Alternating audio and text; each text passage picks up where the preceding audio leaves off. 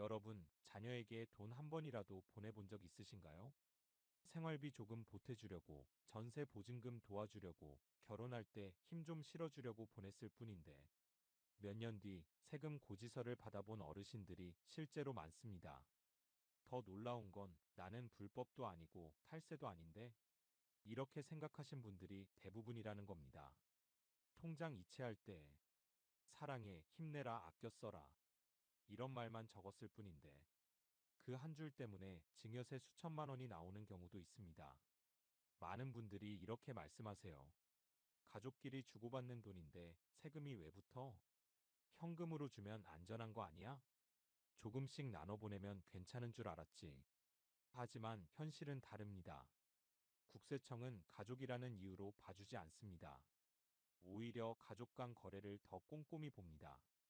특히 최근에는 부동산, 전세, 결혼 자금과 관련해서 부모 자식 간 계좌 거래를 10년치까지 추적하는 사례가 늘고 있습니다. 오늘 이 영상에서는 자녀에게 돈 보냈을 때 왜 문제가 되는지, 세무조사가 실제로 어떻게 시작되는지, 그리고 단 세 글자만 제대로 적어도 세금 폭탄을 피할 수 있는 방법을 아주 쉽게 실제 사례 중심으로 알려드리겠습니다. 이미 자녀에게 돈을 보내신 분, 앞으로 보낼 계획이 있으신 분이라면 이 영상은 끝까지 꼭 보셔야 합니다. 자녀 도와주려다 평생 모은 돈을 세금으로 잃는 일, 오늘 여기서 반드시 막으셔야 합니다. 1. 가족끼리 돈 주면 왜 문제가 되나? 많은 어르신들이 가장 먼저 이렇게 말씀하십니다. 내가 평생 정직하게 번 돈인데 자식한테 주는 게 왜 문제가 되나? 이 질문 너무 당연합니다. 하지만 여기서 세법과 우리 생각은 완전히 다릅니다. 세법은 마음을 보지 않습니다. 관계와 형식만 봅니다. 부모가 자녀에게 대가 없이 일정 금액 이상의 돈을 이전했다. 이 세 가지가 맞으면 그 순간부터 법적으로는 증여가 됩니다. 여기서 중요한 포인트가 하나 있습니다. 자녀가 언젠가 갚을게요라고 말해도 아무 소용이 없습니다. 왜냐하면 차용증이 없고 이자 약정이 없고 실제 상황 기록이 없으면 국세청은 단순하게 판단합니다. 이건 빌려준 게 아니라 준 돈이다. 또 이런 경우도 많습니다. 생활비로 조금씩 준 건데요. 라고 말씀하시죠. 그런데 한 번에 큰 돈을 보내거나 특정 목적이 분명한 시점, 예를 들어 전세 계약 직전, 결혼식 직전, 집 계약 바로 앞두고 돈이 움직이면 그건 생활비가 아니라 목적성 자금으로 봅니다. 특히 조심하셔야 할 게 있습니다. 자녀 통장에 돈이 들어간 직후 전세금, 계약금, 중도금 이렇게 바로 빠져나가면 국세청은 이렇게 생각합니다. 부모 돈이 그대로 자산 취득에 쓰였네. 이 순간부터 단순 참고가 아니라 조사 대상이 됩니다. 그리고 많은 분들이 착각하시는 게 하나 더 있습니다. 금액이 작으면 괜찮지 않나? 아닙니다. 국세청은 횟수를 합쳐서 봅니다. 나눠 보냈다고 안전해지지 않습니다. 정리해 드리겠습니다.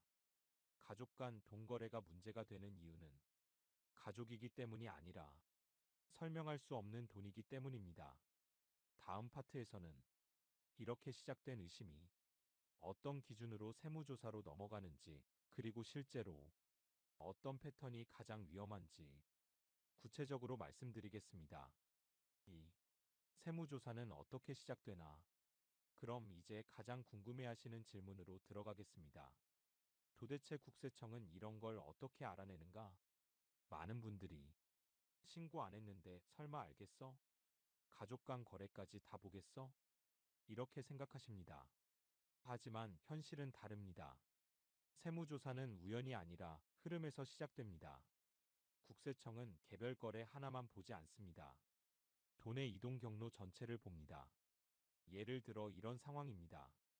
자녀가 평소 소득이 크지 않았는데 갑자기 전세를 구하거나 집을 계약하거나 결혼 비용을 한꺼번에 지출합니다. 이때 국세청은 가장 먼저 이 질문을 합니다. 이 돈은 어디서 났지? 그리고 그 순간부터 자녀 통장뿐 아니라 부모 통장까지 연결해서 확인합니다. 여기서 위험 신호가 켜지는 대표적인 패턴들이 있습니다. 첫 번째, 특정 시점에 큰돈이 들어온 경우입니다. 부동산 계약 직전, 전세 계약 바로 앞, 결혼식 몇 달 전, 이 시점에 부모 계좌에서 자녀 계좌로 자금이 이동하면 가장 먼저 체크 대상이 됩니다. 두 번째, 자녀 소득에 비해 과도한 자금 사용입니다. 연봉이 3천인데 갑자기 수억 원대 전세, 이건 설명이 안 됩니다. 설명 안 되는 돈은 무조건 조사 대상입니다. 세 번째, 반복적이고 규칙적인 송금입니다. 매달 같은 금액 혹은 짧은 기간에 여러 번. 이 역시 생활비인지 증여인지 확인 대상이 됩니다. 이때 많은 분들이 놀라시는 사실 하나. 국세청은 최근 거래만 보지 않습니다. 법적으로 과거 10년치 금융거래까지 확인할 수 있습니다. 그땐 규정이 느슨했잖아. 그때는 몰랐지. 이런 말은 통하지 않습니다. 의심이 시작되면 그 순간부터 부모가 돈을 벌었던 경로, 자녀가 쓴 내역 모두 설명해야 합니다. 설명 못하면 어떻게 될까요? 그 돈은 전부 증여로 확정됩니다. 거기에 증여세, 가산세, 신고 불성실 가중까지 붙습니다. 그래서 세무조사는 겁주려고 하는 게 아니라 미리 막아야 하는 문제입니다. 다음 파트에서는 어르신들이 실제로 가장 많이 하는 치명적인 실수들, 나는 괜찮을 줄 알았는데 바로 그 행동들을 하나씩 짚어드리겠습니다. 3. 가장 많이 하는 치명적인 실수 4가지. 지금부터는 이건 정말 많이들 하시는 실수다 하는 것들만 골라서 말씀드리겠습니다. 이 중에 하나라도 해당되시면 지금이라도 바로 점검하셔야 합니다. 첫 번째 실수, 이체 메모를 아무 생각 없이 적는 겁니다. 많은 분들이 사랑해, 힘내라, 아껴 써라 이렇게 적으십니다. 문제는 이 문장이 감정 표현이 아니라 증여 의도로 해석된다는 점입니다. 국세청 입장에서는 왜 돈을 보냈는지를 이체 메모로 판단합니다. 목적이 안 적혀 있으면 대가 없는 이전으로 보고 그 순간부터 증여 가능성이 열립니다. 두 번째 실수, 현금으로 주면 안전하다고 믿는 겁니다. 통장에 안 남기면 괜찮지 않나? 이렇게 생각하시죠. 하지만 현금 인출 기록은 남고 자녀의 지출 기록도 남습니다. 부모 통장에서 현금이 빠져나간 시점과 자녀가 큰돈을 쓴 시점이 겹치면 오히려 더 강한 의심을 받습니다. 현금은 증거가 없는 게 아니라 설명이 더 어려운 돈입니다. 세 번째 실수, 금액을 쪼개서 보내면 괜찮다고 생각하는 겁니다. 100만 원씩, 200만 원씩 여러 번 나눠 보내면 안 걸릴 거라 생각하시죠. 국세청은 합산해서 봅니다. 횟수는 중요하지 않습니다. 결과적으로 얼마가 이동했는지가 중요합니다. 네 번째 실수, 가족끼리는 세금이 없다고 믿는 겁니다. 이건 가장 위험한 착각입니다. 세법에는 부모니까 괜찮다, 자식이니까 면제, 이런 문장은 없습니다. 오히려 가족 간 거래는 탈루 가능성이 높다고 보고 더 엄격하게 관리합니다. 정리해 드리겠습니다. 세무조사를 부르는 행동은 큰돈을 보내서가 아니라 설명할 수 없는 방식으로 보냈기 때문입니다. 다음 파트에서는 이 모든 문제를 단번에 줄여주는 가장 중요한 핵심, 이체 메모에 반드시 적어야 할 세 글자를 구체적으로 알려드리겠습니다. 이 부분 오늘 영상에서 가장 중요합니다. 4. 세무조사 피하는 핵심 세 글자. 지금부터 말씀드리는 이 내용 하나만 기억하셔도 세무조사 리스크는 확실히 줄어듭니다. 바로 이체 메모에 반드시 들어가야 할 세 글자입니다. 그 세 글자는 생활비. 많은 분들이 놀라십니다. 이게 그렇게 중요한가요? 네, 굉장히 중요합니다. 왜냐하면 세법에는 분명하게 예외가 하나 있습니다. 부모가 자녀에게 통상적인 범위 내에서 생활비, 교육비를 지원한 경우 이건 증여세 과세 대상에서 제외됩니다. 이건 제가 만든 기준이 아니라 국세청 기준입니다. 그런데 여기서 조건이 하나 붙습니다. 생활비로 보일 수 있어야 합니다. 그래서 이체 메모가 중요한 겁니다. 이체 메모에 생활비, 자녀 생활비, 손주 교육비 이렇게 명확하게 적혀 있으면 국세청 입장에서는 아, 일상적인 부양이구나 라고 판단할 근거가 생깁니다. 반대로 이런 표현은 위험합니다. 결혼자금, 전세 보태는 돈, 집 사는 데 써라. 이건 그 순간부터 목적성 증여가 됩니다. 또 하나 중요한 포인트가 있습니다. 생활비라고 적는다고 아무 금액이나 되는 건 아닙니다. 월세, 공과금, 식비, 병원비, 학원비, 이런 일상 지출 범위 안에서 상식적인 금액이어야 생활비로 인정받습니다. 한 번에 수억 원을 보내고 생활비라고 적으면 그건 통하지 않습니다. 정리해 드리겠습니다. 세무조사를 피하는 핵심은 숨기는 게 아닙니다. 속이는 것도 아닙니다. 처음부터 설명 가능한 형태로 돈을 보내는 것입니다.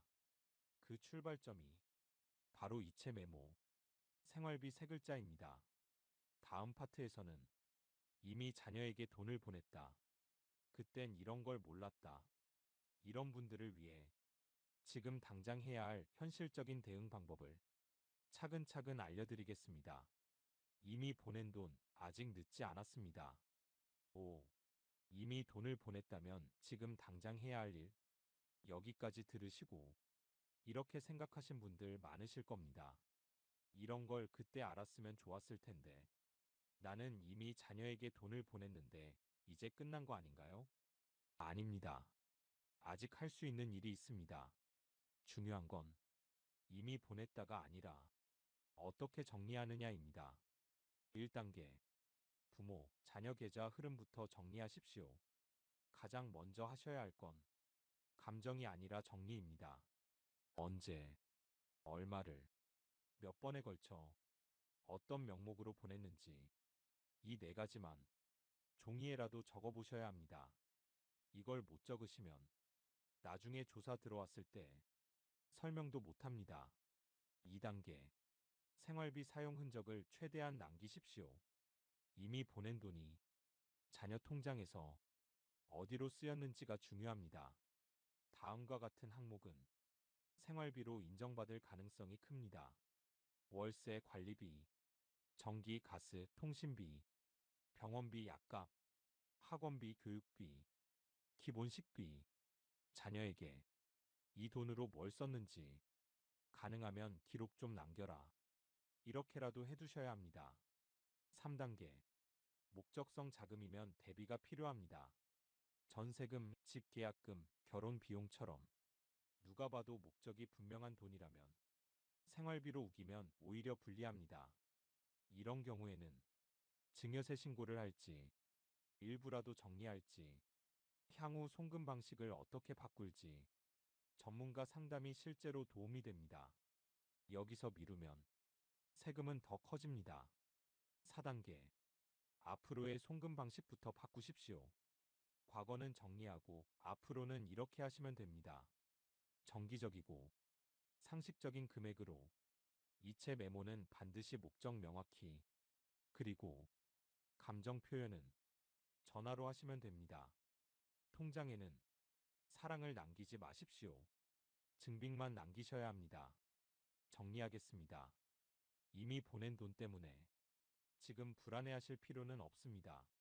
하지만 아무 조치도 안 하면 그 불안이 현실이 됩니다. 다음 마지막 파트에서는 오늘 영상 전체를 딱 한 문장으로 정리해 드리겠습니다. 이 문장만 기억하셔도 앞으로 세금 문제로 밤잠 설칠 일은 확실히 줄어드실 겁니다. 클로징. 꼭 기억하셔야 할 한 문장. 오늘 이야기 조금 불편하셨을 수도 있습니다. 왜냐하면 너무 많은 분들이 선의로 했다가 문제가 생겼기 때문입니다. 자녀를 돕는 마음 그 자체가 잘못된 건 절대 아닙니다. 문제는 그 마음이 통장에서는 증거로 남는다는 점입니다. 오늘 영상에서 꼭 기억하셔야 할 건 딱 이 세 가지입니다. 첫째, 가족 간 동거래도 설명 못하면 증여가 됩니다. 둘째, 세무조사는 우연이 아니라 돈의 흐름이 이상할 때 시작됩니다. 그리고 셋째, 이체할 때 단 세 글자만 제대로 적어도 문제될 가능성은 확실히 줄어듭니다. 생활비. 이건 요령이 아닙니다. 숨기는 방법도 아닙니다. 처음부터 법이 인정하는 방식으로 정직하게 보내는 방법입니다. 앞으로 자녀에게 돈을 보낼 일이 있다면 오늘 영상부터 떠올리십시오. 이 돈 나중에 누가 봐도 설명할 수 있는가? 이 질문 하나만 지켜도 세금 문제로 평생 모은 돈을 잃는 일은 충분히 막을 수 있습니다. 이 영상이 도움이 되셨다면 구독과 좋아요로 같은 걱정을 하는 분들께 꼭 알려주시기 바랍니다. 여러분의 노후 자산은 지켜야 할 가치가 있습니다. 감사합니다.